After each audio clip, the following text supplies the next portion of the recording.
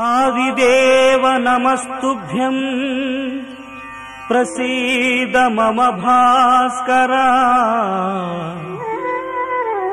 దివాకర నమస్తుభ్యం ప్రభాకర నమోస్తుతే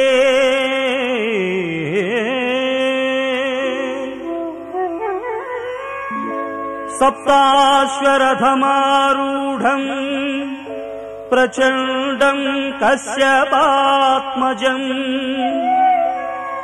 శ్వేతపద్మధరం దేవం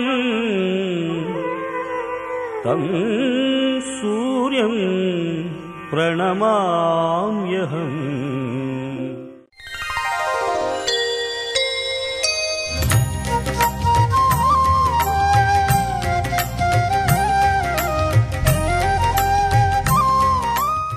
ఈటీవీ ప్రేక్షకులు నమస్కారం. శుభమస్తు కార్యక్రమంలో ఈ వారం గ్రహఫలం అంశానికి స్వాగతం. ఫిబ్రవరి 24వ తేదీ నుండి మార్చి 2వ తేదీ వరకు మేషాది ద్వాదశ రాశుల వారికి కలిగే శుభాశుభ ఫలితాలని, అవసరమైన సందర్భాల్లో ప్రత్యామ్నాయ మార్గాల్ని తెలుసుకుంటారు. ఇక ఈ వారం ద్వాదశ రాశుల వారిలో ఏ రాశుల వారికి ఏ గ్రహాలు ప్రతికూలంగా ఉన్నాయో ఆ ప్రతికూల గ్రహాల అనుకూలత కోసం ఏ విధమైన విధి విధానాలు చేపట్టాలో ఆ విశేషాలని, ఈ వారం అంతా కూడా శుభకరంగా గడవాలి అంటే ఏ రాశి వారు ఏ విధమైన ఆరాధనని చేపట్టాలో ఆ విశేషాలని, దాంతోపాటు ఆచారం సంప్రదాయం శీర్షికలో మాఘమాసంలో చతుర్విధ దానాలు అంటే 4 తీరుల దానాలు చెయ్యాలి అని అంటారు. ఆ దానాలు ఏమిటో వాటి ప్రాశస్యం ఏమిటో తెలుసుకుంటారు. ముందుగా నేటి పంచాంగ వివరాలు. స్వస్తి శ్రీ విళంబినామ సంవత్సరం ఉత్తరాయణం శిశిర ఋతువు మాఘమాసం. ఇక ఈ వారంలో వచ్చే ముఖ్యమైన రోజుల్ని పరిశీలించి చూస్తే మార్చి 2వ తేదీ బహుళ ఏకాదశి. ఈరోజు పుట్టినరోజు జరుపుకుంటూ ఉండేవారికి, పెళ్లి రోజుని చేసుకుంటూ ఉండేవారికి శుభాకాంక్షలు. ఓం గణానాం త్వా గణపతి కుంభవామహే కవిం కవీనాముపమశ్రవస్తమం జ్యేష్ఠరాజం బ్రహ్మణాం బ్రహ్మణస్పత ఆనశృణ్వన్నోతిభిः సీదసాదనం. ఓం మహాగణాధిపతయే నమః. ఈరోజు ఆదివారం. రశ్మిమంతం సముద్యంతం దేవాసుర నమస్కృతం పూజయస్వ వివస్వంతం భాస్కరం భువనేశ్వరం. ఏ ప్రత్యక్ష భగవానుడైన సూర్యుడు బుద్ధిని వికసింపచేస్తాడో, ఆ కారణంగా ఏ పనిని ఎలా చెయ్యాలో దాన్ని తెలియచేస్తాడో ఆ శక్తి ఈ శుభమస్తు ప్రేక్షకులైనటువంటి మీ అందరికీ, అలాగే ఈరోజు పుట్టినరోజుని జరుపుకుంటూ ఉండేవారికి, పెళ్లి రోజుని చేసుకుంటూ ఉండేవారికి సంపూర్ణంగా లభించాలని ప్రార్థిద్దాం. సంధ్యలో అరుణ కిరణాలతో సృష్టిని మేల్కొలుపు బ్రహ్మవే నీవు.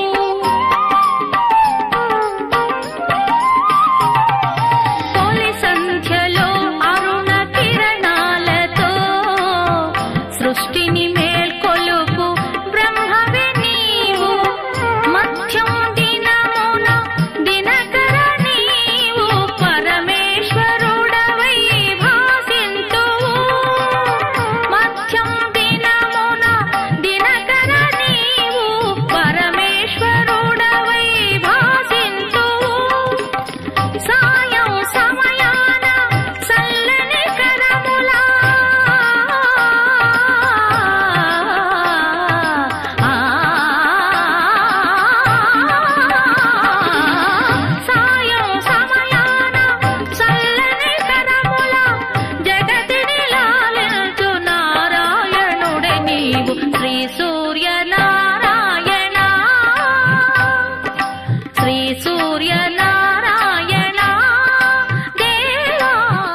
సూర్య ప్రీతికరమైన మాఘమాసంలో చతుర్విధ దానాలని చెయ్యాలి అని పెద్దలు చెప్తారు. ఆ దానాలేమిటి, వాటి విశేషమేమిటి అనే అంశాన్ని ఆచారం సంప్రదాయం శీర్షికలో ఇప్పుడు తెలుసుకుందాం.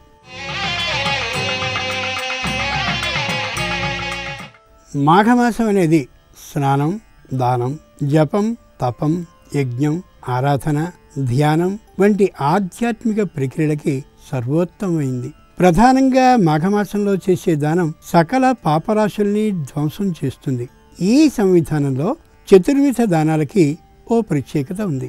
గోదానం, భూదానం, హిరణ్యదానం, తిలదానం అనేవి ఈ చతుర్విధ దానాలు, అంటే 4 విధాలైన దానాలు. గోదాన ప్రక్రియ మరింత విశేషమైనది.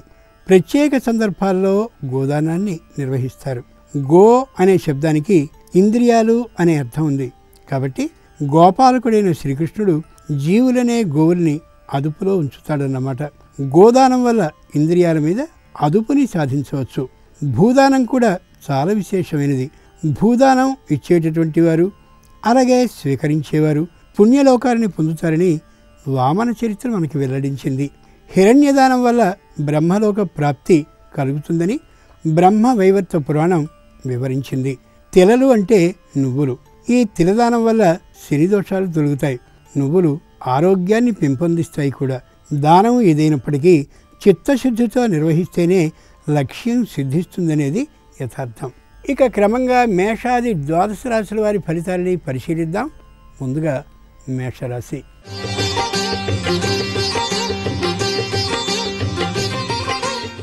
ఇక ఈ వారం మేషరాశి వారి ఫలితాలని పరిశీలించి చూస్తే గురువు అష్టమంలో ఉన్నాడు, శని నవమంలో ఉన్నాడు, రాహుకేతువులు చతుర్థ దశమ స్థానాల్లో ఉన్నారు. ఈ కారణంగా అశ్విని నక్షత్ర జాతకులకి తాత్కాలికమైనటువంటి మానసిక ఆందోళన కలిగే అవకాశం ఉంది. అంత మాత్రం చేత భయపడాల్సిన అవసరం లేదు. కానీ చేసినటువంటి పనుల్ని 1-2 మార్లు పునరాలోచించుకోవడం మంచిది. చేయబోయే వాటి విషయంలో కూడా జాగ్రత్తగా ఉండడం అవసరం. భరణీ నక్షత్ర జాతకులకి స్త్రీ మూలకమైనటువంటి కలహం వచ్చే కారణంగా పరిచితులతోనూ అలాగే అపరిచితులతోనూ కూడా ఎంతవరకు ఉండాలో అంతవరకు ఉండడం ఎంతైనా అవసరం. కృత్తికా నక్షత్ర జాతకులకి తామున్నటువంటి ప్రదేశాన్ని వీడాలి అనే ఆలోచన వస్తుంది. వీడకుండా ఉండడం ఉచితం తప్ప ఎక్కడికో వెడదామనేటటువంటి ఆలోచన ఏమాత్రమూ సరికాదు. ఈ వారంలో శ్రీ మహావిష్ణు ప్రీతికరమైనటువంటి ఏకాదశి వచ్చింది కాబట్టి శ్రీ విష్ణు సహస్రనామాన్ని సామూహికంగా పఠించుకోవడం లేదా ఏకాంతంగా పఠించుకుంటూ ఉండడం ఉత్తమం. ముఖ్యంగా ఈ రాశివారి ఈ వారం ఆచి తూచి మాట్లాడడం మంచిది తప్ప యథా ఆలాపంగా మాట్లాడేయడం సరికాదు.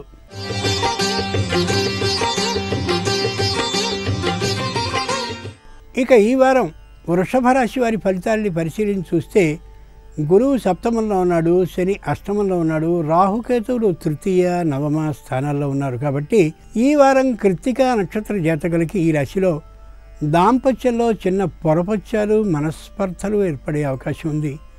వీలైనంత వరకు ఒకరు అంటే మరొకరు సర్దుకుపోవడం ఎంతైనా అవసరం, లేదా 3వ మనిషి యొక్క ప్రవేశం ఈ స్పర్ధల్లో రావచ్చు. అది మంచిది కాదు.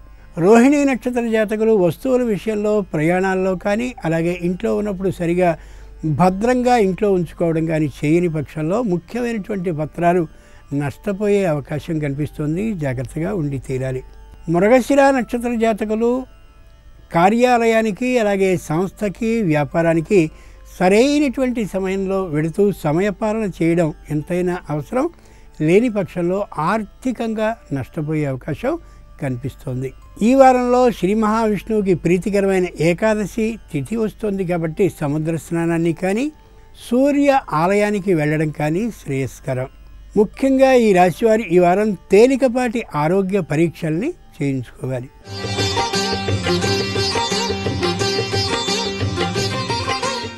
ఇక ఈ వారం మిథున రాశి వారి ఫలితాలని పరిశీలిస్తే గురువు షష్ఠంలో ఉన్నాడు, శని సప్తమంలో ఉన్నాడు, రాహుకేతువులు ద్వితీయ అష్టమ స్థానాల్లో ఉన్నారు. ఈ కారణంగా మృగశిర నక్షత్ర జాతకులు ప్రతి విషయాన్ని జాగ్రత్తగా పరిశీలనతోనే చేస్తూ ఉంటారు. ఏ విధమైనటువంటి పొరపాట్లకి గురి కానీ కారు. అదే విధానాన్ని కొనసాగించడం ఉత్తమం. ఆర్ద్ర నక్షత్ర జాతకులు ఆరోగ్యానికి సంబంధించిన శ్రద్ధని బాగా తీసుకుంటారు. ఆ కారణంగా అనారోగ్యాన్ని దాదాపుగా తొలగించుకోగలుగుతారు. పునర్వసు నక్షత్ర జాతకులు ఆరోగ్య విషయమే కాకుండా కుటుంబంలో ఉండే సభ్యులతో ఎక్కువసేపు గడుపుతూ ఉండేటటువంటి కారణంగా ఆనందాన్ని సంపూర్ణంగా పొందగలుగుతారు. ప్రతి విషయంలోనూ విజయాన్ని సాధించుకోగలుగుతారు కూడా. ఇది మాఘమాసం కాబట్టి సూర్య ప్రీతికరమైనటువంటి మాఘమాసంలో సూర్యునికి సంబంధించిన ప్రతిమకి రేగిపళ్లతో అంటే అర్కఫలాలతో పూజ చేయడం శ్రేయస్కరం, విశేష లాభదాయకం. ముఖ్యంగా ఈ రాశివారు ఈ వారం అనాలోచితంగా ఏ పనిని చేయకూడదు, అనుభవజ్ఞుని సంప్రదించి మాత్రమే చేయాలి.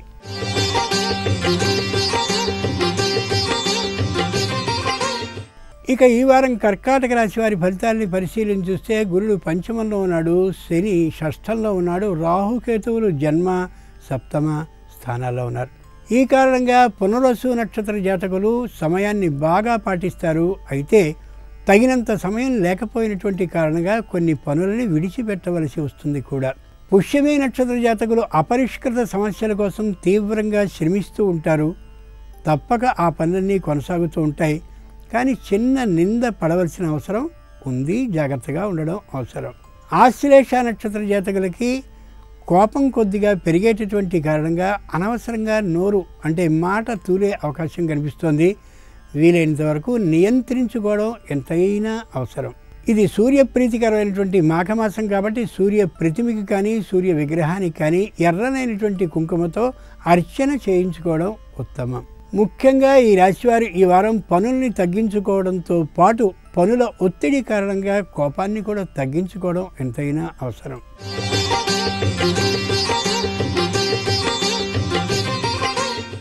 ఇక ఈ వారం సింహరాశి వారి ఫలితాలని పరిశీలన చూస్తే గురువు చతుర్థంలో ఉన్నాడు, శని పంచమంలో ఉన్నాడు, రాహుకేతువులు ద్వాదశ షష్ఠ స్థానాల్లో ఉన్నారు. ఈ కారణంగా మఖా నక్షత్ర జాతకులు తీవ్రమైనటువంటి శ్రమ ఆదాయం కోసమని చేస్తూ దూరభార ప్రయాణాలని తప్పక చేస్తారు. ఆరోగ్యాన్ని జాగ్రత్తగా చూసుకుంటూ ఉండాలి. పూర్వ ఫల్గుని అంటే పుబ్బా నక్షత్ర జాతకులు రుణదాతల నుండి వచ్చేటటువంటి ఒత్తిడి కారణంగా తాత్కాలికమైన మానసిక ఆందోళనకి గురి అవుతారు.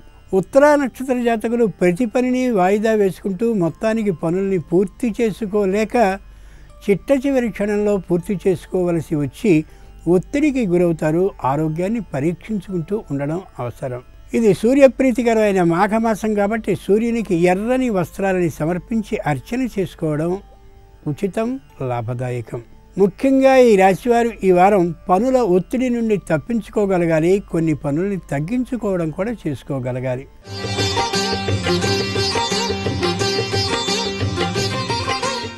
ఇక ఈ వారం కన్యారాశి వారి ఫలితాలని పరిశీలన చూస్తే గురువు తృతీయంలో ఉన్నాడు, శని అర్ధాష్టమం అంటే 4లో ఉన్నాడు, రాహుకేతువులు ఏకాదశ పంచమ స్థానాల్లో ఉన్నారు. ఈ కారణంగా ఉత్తర ఫల్గుని నక్షత్ర జాతకులు తీవ్రమైనటువంటి ఒత్తిడికి లోనవుతారు. అయితే ఆరోగ్యం ఏ విధమైనటువంటి ఇబ్బంది పొందదు, చక్కగా ఉంటుంది. కానీ పనుల ఒత్తిడి లేకుండా చూసుకునే విధంగా ప్రణాళికని రచించుకోగలగాలి. హస్త నక్షత్ర జాతకులు స్థాన చలనానికి ఏమాత్రమూ ప్రయత్నాన్ని చేయకూడదు. శుభకార్యాలు వచ్చే అవకాశం ఉంది కాబట్టి ధనాన్ని జాగ్రత్తగా నియంత్రించుకొని మాత్రమే ఖర్చు చేసుకోవడం అవసరం. చిత్తా నక్షత్ర జాతకులకి ఉద్యోగంలో కీర్తి ప్రతిష్టలు లభిస్తాయి. అలాగే ఏదైనా పురస్కారానికి కూడా వారు నోచుకోవచ్చును ఈ వారంలో. ఇది సూర్యప్రీతికరమైనటువంటి మాఘమాసం కాబట్టి సూర్య ఉదయ వేళ పాయసాన్ని సూర్యునికి కానీ నివేదించినట్లయితే సత్ఫలితాలు లభించి తీరుతాయి. ముఖ్యంగా ఈ రాశివారు ఈ వారం సహనాన్ని పాటించి తీరాలి. ఓర్పు కారణంగా విశేష విజయాన్ని సాధించగలుగుతారు.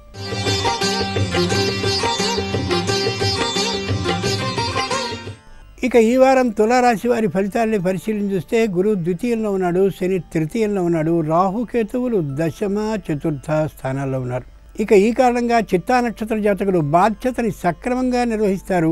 వృత్తి, ఉద్యోగ, వ్యాపార సంస్థలలో తోటివారితో మంచి మెచ్చుకోలని తోటివారి సమక్షంలో పొందగలుగుతారు. స్వాతి నక్షత్ర జాతకులకి వివాహాది శుభకార్యాలు కలిగేటటువంటి అవకాశం ఉంది కాబట్టి తమకి సంబంధించిన వ్యవహారాల్లో జాగ్రత్తని పాటించడం అవసరం. శుభకార్యం కోసం ధనాన్ని కూడా నిల్వ చేసుకోవడం ఎంతైనా అవసరం. విశాఖ నక్షత్ర జాతకులు ధైర్యంగా తమ పనిని తాము సాధించుకోగలుగుతారు. న్యాయస్థానంలో అనుకూలమైనటువంటి తీర్పుని పొందే అవకాశం కూడా కనిపిస్తోంది. ఇది సూర్య ప్రీతికరమైనటువంటి మాఘమాసం కాబట్టి అవకాశాన్ని చేసుకుని రోజుకి ముమ్మారైనా సరే ఆదిత్య హృదయ స్తోత్రాన్ని పఠించడం వల్ల సత్ఫలితాలని పొందగలుగుతారు. ముఖ్యంగా ఈ రాశివారు ఈ వారం సమయాన్ని వృధా చేసుకోకుండా అనుకూలమైన అవసరమైన పనుల్ని చేపట్టడం విశేషమైన లాభాన్ని కలిగిస్తుంది.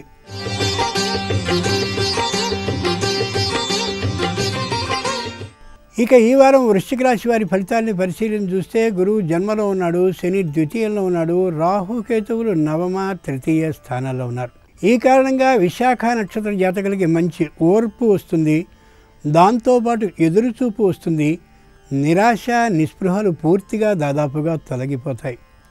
అనురాధ నక్షత్ర జాతకులకి తమ ప్రవర్తన కారణంగా తామెంత నష్టపోతున్నది, ఎదుటివారిని ఎంత నమ్మి నష్టానికి గురవుతున్నది గమనించుకుని ఏది అవసరమో దానికి మాత్రమే వెళ్ళాలనే నిశ్చయమైనటువంటి ఆలోచనకి వస్తారు. అది ఒక శుభ పరిణామం.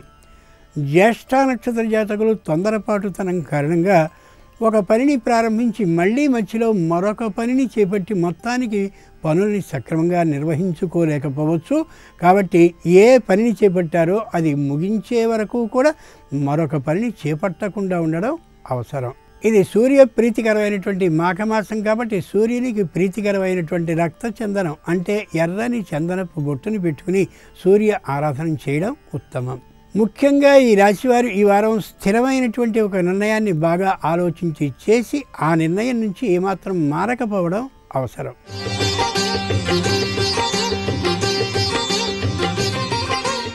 ఇక ఈ వారం ధనురాశి వారి ఫలితాలని పరిశీలన చూస్తే గురువు ద్వాదశంలో ఉన్నాడు, శని జన్మలో ఉన్నాడు, రాహుకేతువులు అష్టమ ద్వితీయ స్థానాల్లో ఉన్నారు. ఈ కారణంగా మూల నక్షత్ర జాతకులకి అనుకూలంగా ఉంటుంది ఈ వారం. కానీ ఎందుకో తెలియనటువంటి ఆందోళన మాత్రం మానసికంగా కనిపిస్తూ ఉంటుంది. ఆందోళన పడవలసిన అవసరం ఏమాత్రమూ లేదు. పూర్వాషాఢ నక్షత్ర జాతకులకి అన్నీ అనుకూలంగా దాదాపుగా వస్తూ చేజారిపోయేటటువంటి అవకాశం కనిపిస్తూ ఉంటుంది. దిగులు పడవలసిన అవసరం లేదు, ఎల్లకాలము ఇలా జరగదు. ఉత్తరాషాఢ నక్షత్ర జాతకులకి ఈ వారం మంచి అనుకూలంగా ఉంటుంది. వృత్తి ఉద్యోగ వ్యాపారాల్లో మంచి ఆర్జన కూడా ఉండే అవకాశం ఉంది. ఈ ఆర్జిత ద్రవ్యాన్ని ఎలా ఎక్కడ వినియోగించాలనే ప్రణాళికల్ని వేసుకోవచ్చు. ఇది సూర్యప్రీతికరమైనటువంటి మాఘమాసం కాబట్టి నవగ్రహ ప్రదక్షిణాలని చేస్తూ విశేషించి సూర్య స్తోత్రాన్ని మరో 6 మార్లు ఎక్కువ చదవడం ఉత్తమం. ముఖ్యంగా ఈ రాశివారు ఈ వారం మాట తొందరపాటుతనాన్ని పూర్తిగా మానుకోగలగాలి.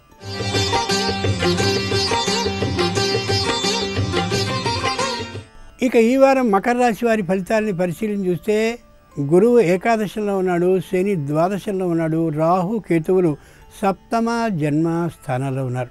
ఈ కారణంగా ఉత్తరాషాఢ నక్షత్ర జాతకులకి ప్రతి విషయంలోనూ వ్యతిరేక బుద్ధి కలుగుతూ ఉంటుంది. వంచాలనే ఊహ కలగచ్చు కూడా. ఏమాత్రము అలాంటి ఆలోచనలకి పోకుండా సవ్యంగా వెళ్ళినట్టయితే అంతా విజయమే చేకూరే అవకాశం బాగా కనిపిస్తోంది. శ్రవణ నక్షత్ర జాతకులకి సంతాన ప్రాప్తి కానీ లేదా భూగృహ క్రయాలని పొందేటటువంటి అవకాశం కానీ కనిపిస్తోంది. స్పష్టంగా జాగ్రత్తగా ప్రవర్తిస్తే తప్పక విజయం లభించి తీరుతుంది. ధనిష్ట నక్షత్ర జాతకులు తాత్కాలికంగా ఆరోగ్యాన్ని పోగొట్టుకున్నప్పటికీ కూడా అది విశేషమైనటువంటి వ్యాధి అని అనుకోవాల్సిన అవసరం లేదు. తేలికపాటి ఔషధ సేవతో తప్పక బయటపడగలుగుతారు. ఇది సూర్య ప్రీతికరమైనటువంటి మాఘమాసం కాబట్టి సూర్యునికి సంబంధించిన శ్లోకాన్ని 36 మార్లు వారం మొత్తం మీద పఠించడం శ్రేయస్కరం. ముఖ్యంగా ఈ రాశివారు ఈ వారం నిందలని వేయకూడదు, నిందలని ప్రచారం చేయకూడదు.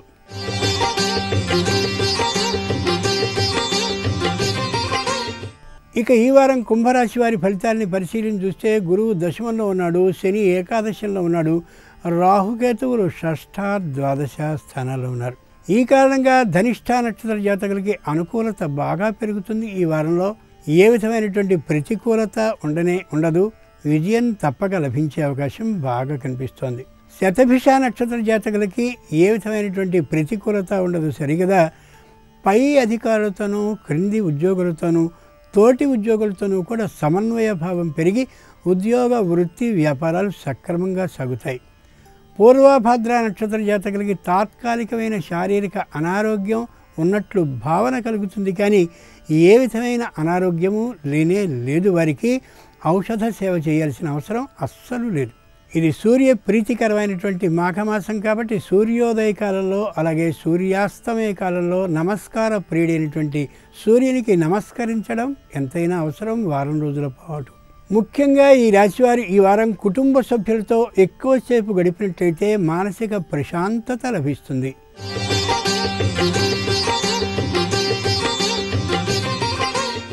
ఇక ఈ వారం మీనరాశి వారి ఫలితాలని పరిశీలన చూస్తే గురువు నవమంలో ఉన్నాడు, శని దశమంలో ఉన్నాడు, రాహుకేతువులు పంచమ ఏకాదశ స్థానాల్లో ఉన్నటువంటి కారణంగా పూర్వాభాద్ర నక్షత్ర జాతకులు ఎందరు విఘ్నాల కోసమని అడ్డుపెట్టినా, ఎందరు వ్యతిరేకించినా పై గెలుపు మాత్రం వీరికే లభిస్తుంది తప్ప విఘ్నాలు ఏమాత్రము రానే రావు.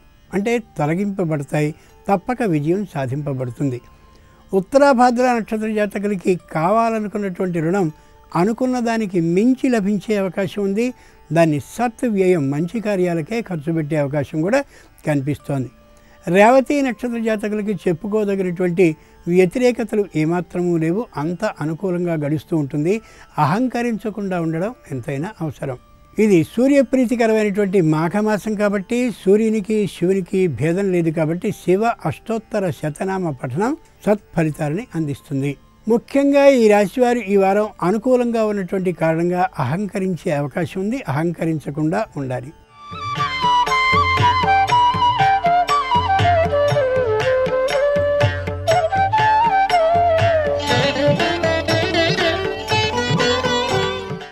శుభమస్తు కార్యక్రమంలో గృహబలం అంశానికి స్వాగతం. ఈరోజు మాఘ ఆదివారం. మాఘమాసం చాలా పరమ పవిత్రవంతమైనది. అందులోనూ ఆదివారం సూర్యశక్తికి సంబంధించినటువంటి విధి విధానంగా కూడా మనం గ్రహించాలి. అన్నిటికన్నా మిన్నగా గోమాత సేవ అనేటువంటిది విశిష్టవంతమైనటువంటి అదృష్టకర ప్రభావాన్ని మనకు ప్రసాదింపచేస్తుంది. ముక్కోటి దేవతలు కూడా గోవులోనే కొలువై ఉన్నారు కాబట్టి ఒక్కసారి గోమాతకు ప్రదక్షిణం చేస్తే ముక్కోటి దేవతలకు, ముక్కోటి తీర్థాలకు ప్రదక్షిణ చేసినటువంటి సత్ఫలితం దక్కుతుంది అని చెప్పేసి మనకు శాస్త్రాలు తెలియజేస్తున్నాయి. గోవుకు మేత పెట్టడం, నీరు పెట్టడం వలన కొన్ని దోషాలు తొలగింప చేసుకోవచ్చు. గోవును బాధించడం అనేది పంచమహాపాతకాలలో ఒక పాతకంగా కూడా చెప్పడం జరిగింది. గోవును ఎటువంటి పరిస్థితుల్లోనూ బాధించకూడదు. ఇక గోవుకు ఏ ఏ పదార్థాలు పెట్టడం వలన ఏ ఫలితాలు కలుగుతాయో, గోసేవ ప్రదక్షిణలు ఎటువంటి ఫలితాలను ఇస్తాయో మనకు శాస్త్రాల్లో చాలా చక్కగా వివరణ ఇచ్చారు. ప్రతినిత్యం 41 రోజుల పాటు గోవుకు 9 చొప్పున ప్రదక్షిణాలు గనక చేసినట్లయితే జాతకరీత్యా నవగ్రహాలు కొంత అనుకూలతను కలిగి ఉంటాయి. నవగ్రహాల యొక్క అనుకూలతను సాధించుకోవాలన్నా కూడా గోవు యొక్క ప్రదక్షిణం చాలా బాగా కలిసి వస్తుంది. అన్ని తీర్థాలలో స్నానం చేసిన సత్ఫలితం కలుగుతుంది. గోవుకు నీరు పెట్టడం వలన మానసికమైనటువంటి అశాంతి నుంచి త్వరగా బయటపడటానికి ఆస్కారం ఉంటుంది. గోవుకు పచ్చగడ్డి వేయటం వలన కుటుంబ సమస్యలు పటాపంచలైపోతాయి. గోమాతకు తోటకూర పెట్టడం వలన రుణబాధలు తీరుతాయి అంటోంది శాస్త్రం. రుణగ్రస్తతతో బాధపడేటువంటి వాళ్ళు గోమాతకు తోటకూరను సమర్పించాలి. బుధవారం గనక గోవును గనక సేవించినట్లయితే రావలసినటువంటి ధనం చేతికి వచ్చి తీరుతుంది. గోవుకు అటుకులు, పేలాలు ఇటువంటివి గనక పెడుతూ ఉన్నట్లయితే ఆకస్మికవంతమైనటువంటి ధనప్రాప్తి, అనారోగ్యము నుంచి రక్షణ కలుగుతాయి. గోవుకు అలంకారం గనక చేసినట్లయితే వంశకీర్తి అనేటువంటిది కలిగి తీరుతుంది. అరటి పళ్ళు పెట్టడం వలన విద్య, ఉద్యోగ, వ్యాపారాలలో అభివృద్ధిని సాధించుకోవటానికి ఆస్కారం ఎక్కువగా ఉంటుంది. గోమాతకు పుష్పమాలతో కనుక అలంకారం చేస్తే సకల కార్యసిద్ధి కలిగి తీరుతుంది. గోముఖమును తాకకూడదు. గోవు యొక్క తోక చక్కగా స్పృశించి నమస్కరించుకోవటంలో లక్ష్మీ కటాక్షం వచ్చి తీరుతుంది. గోవు యొక్క తోకకు పసుపు కుంకుమ రాసి ఆ గోవు యొక్క మోపురం వద్ద పుష్పాన్ని ఉంచి లక్ష్మీ అష్టోత్తరం గనక పుష్టభాగం వద్ద గనక చదివినట్లయితే తప్పనిసరిగా లక్ష్మీ కటాక్ష సిద్ధి మీ గృహంలో విరాజిల్లుతుంది సుమా అంటోంది శాస్త్రం. ఇంతటి మహిమాన్వితమైనటువంటి గోమాత చిత్రపటాన్ని కూడాను మీరు పూజా మందిరంలో ఉంచుకొని నిత్యం కనుక ఒక మందార పువ్వును ఆ చిత్రపటానికి ఉంచి తీపి పదార్థములను గనక నైవేద్యముగా కనుక సమర్పించినట్లయితే సర్వసంపదలు కూడాను మీ గృహంలో విరాజిలింపచేసుకోవడానికి ఆస్కారం ఎంతగానో ఉంది. ఏ గృహిణి అయినా సరే నిత్యము ఆ యొక్క ఆగ్నేయ దిశలో వంట చేస్తూ తూర్పు తిరిగి వంట చేసేటువంటి సమయంలో గోవు యొక్క పాట, గోమాతకు సంబంధించినటువంటి విధి విధానం మనసులో తలుచుకొని గనక వంట చేసినట్లయితే ఆ గృహంలో లక్ష్మీదేవి స్థిర నివాసం ఏర్పరచుకుంటుంది అంటోంది శాస్త్రం. మరికొన్ని ముఖ్య విషయాలు రేపటి శుభమస్తు కార్యక్రమంలోని గృహబల అంశంలో తెలుసుకుందామా? మరి సర్వే జనా సుఖినో భవంతు.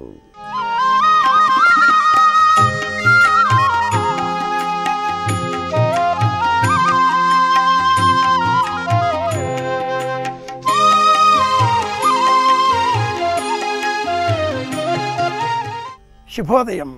శుభమస్తు కార్యక్రమంలో ద్వాదశ రాశులు పరిహారాలు అన్న అంశానికి స్వాగతం. మేషం, వృషభం, మిథునం, కర్కాటకం, సింహం, కన్య 12 రాశులలో సూర్యుడు, చంద్రుడు, బుధుడు, కుజుడు, శుక్రుడు, గురువు, శని, రాహువు, కేతువు ఇలాగున నవగ్రహాలు సంచారం చేస్తూ శుభ లేక వ్యతిరేక ఫలాలను మనకు అందిస్తున్నారు. ఈ సందర్భంగా గమనించినప్పుడు శనైశ్వరుడు ఈ వారమంతా కూడా ధనురాశిలో శుక్రుడితో కలిసి సంచారం చేస్తున్నాడు. అలాగే కుజుడు మేషరాశిలో స్వక్షేత్రంలో ఉండి ఉత్తమమైన ఫలితాలను అందరికీ అందజేస్తున్నాడు. కర్కాటకంలో ఉన్న రాహు కారణంగా మానసిక చాంచల్యం అందరికీ కనిపిస్తూ ఉంటుంది. అలాగే వృశ్చికంలో ఉన్న గురువు కారణంగా మిత్రక్షేత్రం కనుక గురువు కొంత మేలు కలిగించేటట్లుగానే ఉంటాడు. వ్యక్తిగతంగా ఏ రాశికి ఆ రాశి భిన్న భిన్నంగా మనం ప్రదర్శన చేసినప్పుడు గమనించినప్పుడు ముందుగా మేషరాశి.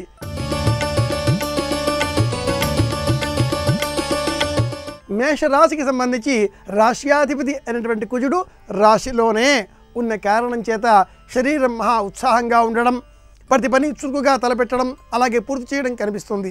ఈ రాశివారు ఉన్నత ఫలితాలు రాబట్టుకునే నిమిత్తమై ఎరుపు రంగులో ఉండేటటువంటి రవ్వ కేసరి లేక కేసరి బాత్ అన్న పదార్థాన్ని వితరణ చెయ్యాలి.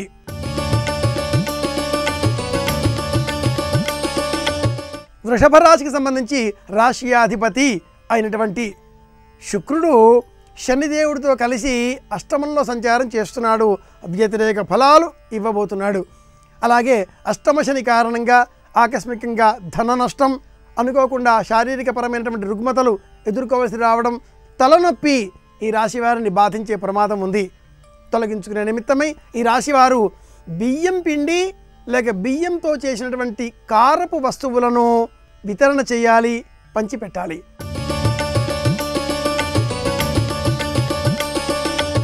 రాశ్యాధిపతి అయినటువంటి బుధుడు మిత్రుడైనటువంటి రవితో కలిసి కుంభరాశిలో సంచారం చేస్తున్నాడు. ఇలా నవమంలో సంచారం చేస్తున్న కారణంగా బుధుడు కొంత వ్యతిరేక ఫలాలనే ఇవ్వబోతున్నాడు. ప్రత్యేకించి స్పెక్యులేషన్, లాటరీలు, ఎవరికైనా డబ్బు ఇస్తే ఆ డబ్బు తిరిగి రాకపోవడం, ఆర్థికపరమైన చిక్కులు ఇలాంటివి మిథున రాశి వారికి ఈ వారం ఎదురు కాబోతున్నాయి. సప్తమంలో ఉన్న శని, 6వ ఇంట గురువు కూడా ఇలాగే వ్యతిరేక ఫలాలు ఇవ్వబోతున్నారు. ఈ సందర్భంగా మిథున రాశి వారు తెలుపు వర్ణంలో ఉండే దుస్తులను ధరించాలి.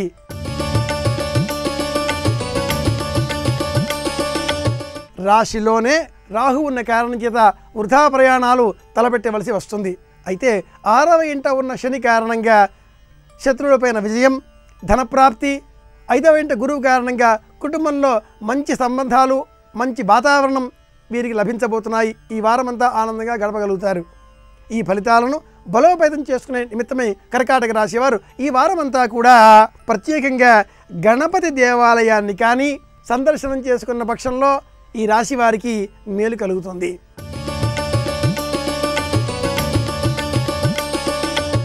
సింహరాశికి సంబంధించి రాశ్యాధిపతి అయినటువంటి రవి తన రాశిని 7వ ఇంట అంటే కుంభంలో ఉండి దర్శిస్తున్నాడు. రవి దృక్కు వలన ఈ రాశికి విజయం లభించబోతోంది. తలపెట్టిన ప్రతి పని కూడా విజయవంతంగా పూర్తి చేయగలుగుతారు. ఈ రాశివారు ఈ వారమంతా కూడా గోధుమ పిండితో చేసిన పదార్థాలను విశేషంగా స్వీకరించాలి.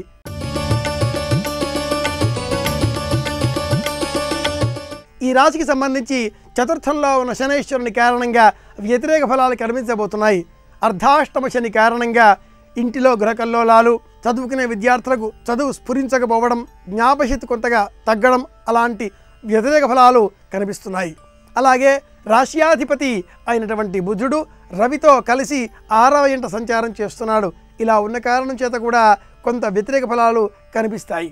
ఈ రాశివారు మంచి ఫలితాలు రాబట్టుకునే నిమిత్తమై ఈ వారమంతా కూడా తమలపాకులతో ఆంజనేయ స్వామి వారిని సేవించాలి.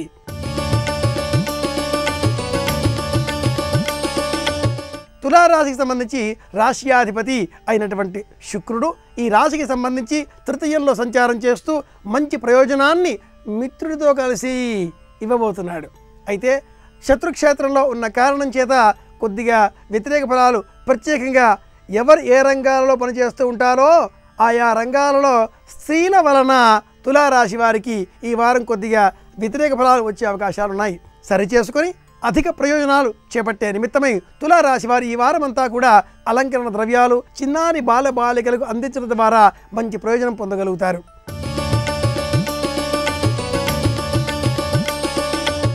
ఈ వారమంతా కూడా వృశ్చిక రాశిలోనే గురువు సంచారం చేస్తున్న కారణం చేత మానసిక స్థిరత్వం లోపిస్తుంది.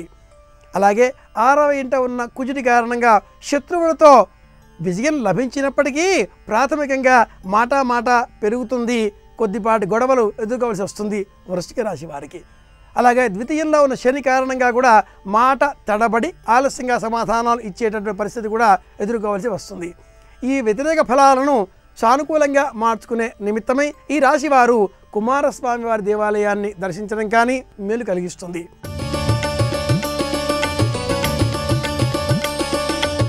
ధనురాశికి సంబంధించి రాశ్యాధిపతి అయినటువంటి గురువు వ్యయంలో అంటే 12వ ఇంట సంచారం చేస్తున్న కారణంగా ఉన్న చోటు నుంచి కాకుండా మరో చోట ఉండాలి అని అనిపించడం, తబాదిలా రావడం, ట్రాన్స్ఫర్లు ఎదుర్కోవలసి రావడం, ఇల్లు మార్పిడి, ఉద్యోగ మార్పిడి ఇలాంటి మార్పిడికి సంబంధించిన ఫలితాలు ధనురాశి వారికి ఈ వారం ఎదురుకాబోతున్నాయి.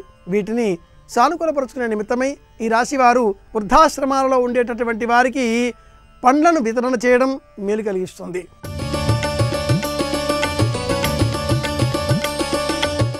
మకర రాశికి సంబంధించి రాశ్యాధిపతి అయినటువంటి శనైశ్వరుడు రాశికి 12వ ఇంట ఉండి ఆకస్మిక ధనప్రాప్తిని సూచిస్తున్నాడు.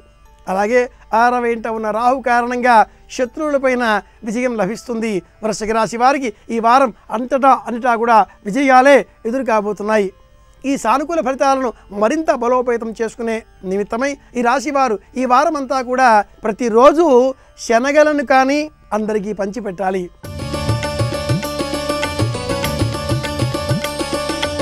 కుంభరాశి సంబంధించి ఈ వారమంతా కూడా రాశ్యాధిపతి అయినటువంటి శనైశ్వరుడు రాశికి 12వ ఇంట కాకుండా 11వ ఇంట సంచారం చేస్తున్నాడు.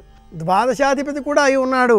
అయిన కారణం చేత శని కారణంగా అద్భుతమైనటువంటి లాభాలు కుంభరాశి వారికి ఈ వారం ఎదురు కాబోతున్నాయి. అలాగే ఈ రాశికి సంబంధించి దశమంలో ఉన్న గురువు కారకంగా కూడా కొద్దిగా మేలు ఫలితమే మనం ఊహించాలి. ఈ సానుకూల వాతావరణాన్ని మరింత బలోపేతం చేసుకునే నిమిత్తమై కుంభరాశి వారు ఈ వారమంతా కూడా నలుపు రంగులో ఉండే వస్త్రాలను దానంగా ఇవ్వాలి.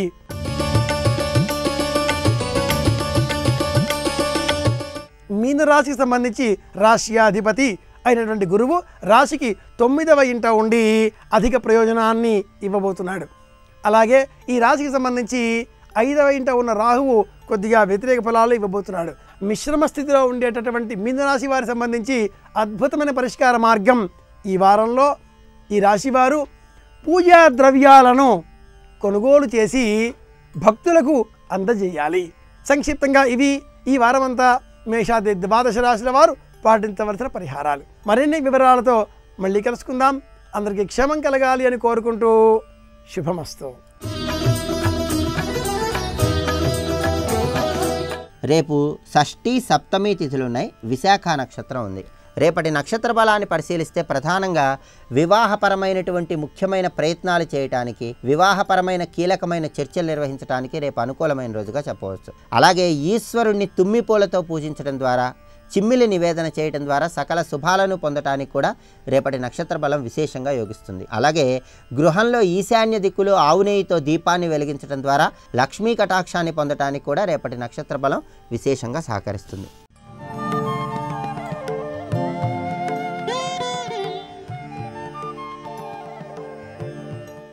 శంభో శంకర గౌరీవరా సాంబ సదా శివ గంగాధర వెండి కొండపై వెలసిన దేవా నిత్య జ్యోతివి నీవే కావా.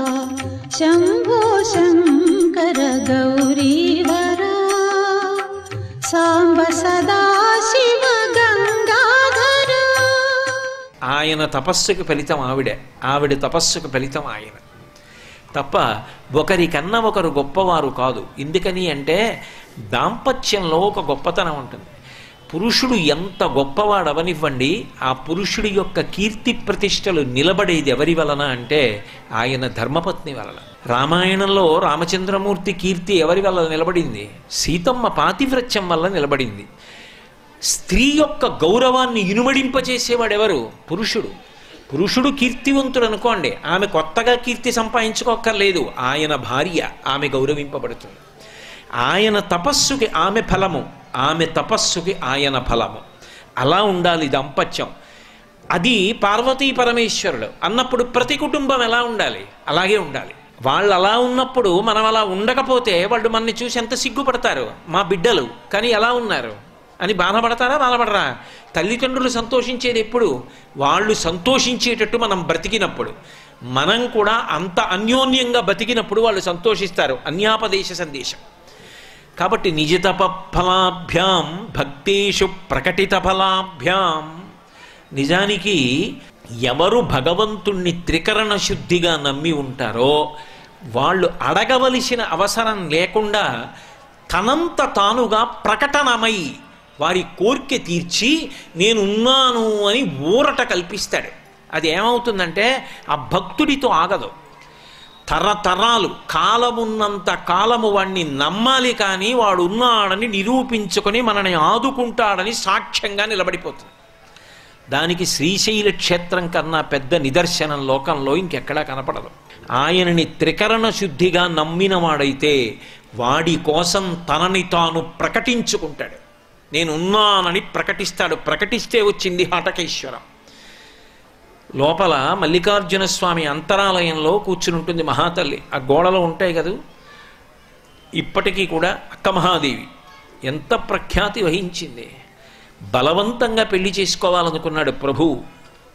ఆ కౌశిక ప్రభువు అని ఆయన తన యొక్క మంత్రి, ఆయన గుణనంది అని ఆయనని పంపించి ఆ అక్క మహాదేవిని తీసుకురా, ఆమెను నేనేదో పర్యటన కోసం వెళ్ళినప్పుడు చూశాను, బహుసౌందర్య రాశి, ఆమెను వివాహం చేసుకుంటానన్నాడు. ఆమె పుట్టుకతో మల్లికార్జునుణ్ణి తన భర్తగా భావించింది. ఆమె తండ్రి చెప్పాడు, కాదు కాదు, నా కూతురు ఎప్పుడూ మల్లికార్జునుణ్ణి భర్తగా భావించింది, అందుకని ఆమె దేశాన్ని ఏలే రాజుని వివాహం చేసుకోదు అని. అయినా రాజు వినలేదు. పంతం పట్టి నేను ఆమెని వివాహం చేసుకోవలసింది. ఒప్పుకుందా? ఒప్పుకుంది. ఒప్పుకోకపోతే బలవంతంగా తీసుకురా, నేను వివాహం చేసుకుంటానన్నాడు. ఈ మాట తండ్రికి చెప్తే ఆయన చాలా బెంగపెట్టుకున్నాడు. పాపం తల్లి పేరు సుమతి, ఆయన పేరు నిర్మల శెట్టి. పాపం బెంగపెట్టుకుని ఎలా రాజుని ఎదిరించలేమంటే, నాన్నగారు మీరు బెంగపెట్టుకోకండి, నేను వెళ్ళి మాట్లాడతానని అక్క మహాదేవి మహారాజు దగ్గరికి వెళ్ళింది. ఆయన వేరొక విశ్వాసమునందున్నవాడు. ఆమె 2 నియమాలు పెట్టింది. నువ్వు నీ విశ్వాసమును మార్చుకుని వీరశైవుడిగా మారాలి. 2, నేను శివదీక్షలో ఉన్నంతకాలం నువ్వు నన్ను ముట్టుకోకూడదు, నేను శివదీక్ష పూర్తి చేసిన తరువాతే నన్ను స్పృశించాలంది.